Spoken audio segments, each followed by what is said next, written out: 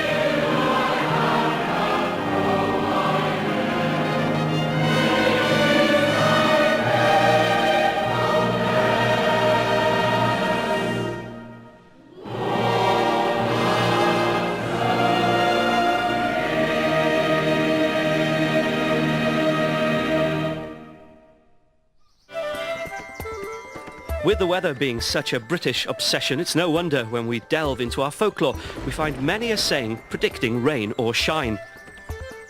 So, have you ever heard of these? March comes in like a lion and goes out like a lamb. Oak before ash, we're in for a splash. Ash before oak, we're in for a soak.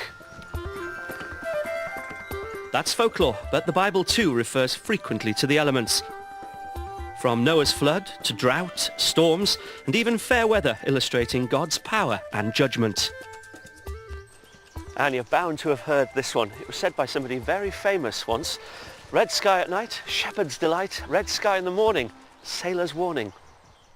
Jesus answered, and he said unto them, When it is evening, ye say, It will be fair weather, for the sky is red. And in the morning, it will be foul weather today, for the sky is red and lowering. And according to the meteorologists, there's some truth in that one, unlike some of the other weather sayings. So the next time you see a red sky, you can trust that God and science have helped you predict the weather.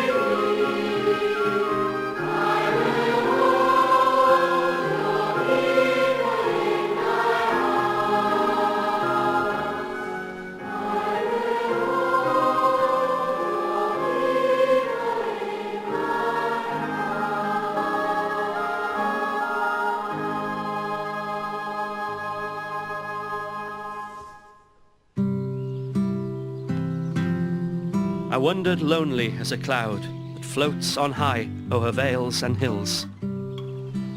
Poets, painters, we all look up to the sky for divine inspiration.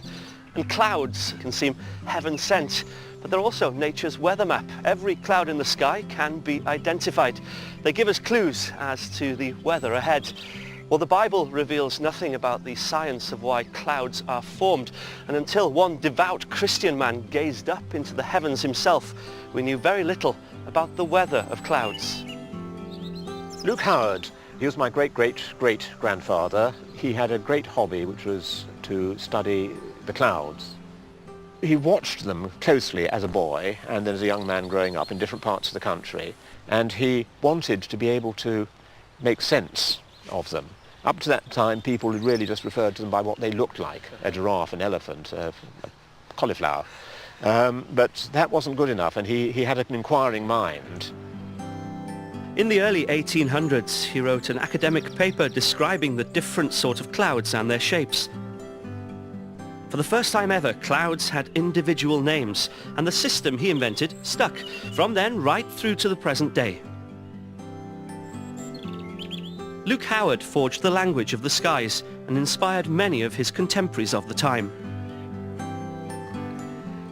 He influenced, for instance, John Constable, who did a lot of work studying clouds and painting them on Hampstead Heath, and he learned a great deal from that. How important was his Quaker faith to him? Oh, I think it's underlain everything.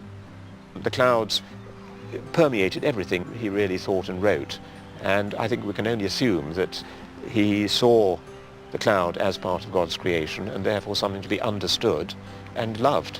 Why is this place important to the Luke Howard story? Basically because he's buried here. Though the location of his grave was known, the gravestone itself got lost, and so we have had it recarved and recreated, and we had a gathering of family and meteorologists and other historians interested in Luke to celebrate.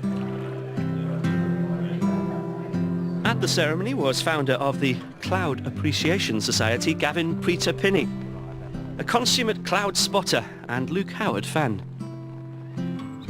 He certainly awakened people's interest in the clouds. I mean, he was the father of modern meteorology. Sounds like a remarkable man. Remarkable man, yeah. And he came up with the terms cumulus. Cumulus are those puffy, clumpy ones, the fair weather cloud you see on a sunny day. Right. And he came up with stratus, the layer of cloud, which is rather featureless. He also came out with cirrus. Cirrus being the high, beautiful, wispy ones, like they're cascades of ice crystals. Yep. And then also nimbus for a rain cloud. Now, what's all this about a Cloud Appreciation Society? Surely there isn't one. There certainly is, I know that because I started it. Why did you start it? Well, it started as a joke, to be honest with you.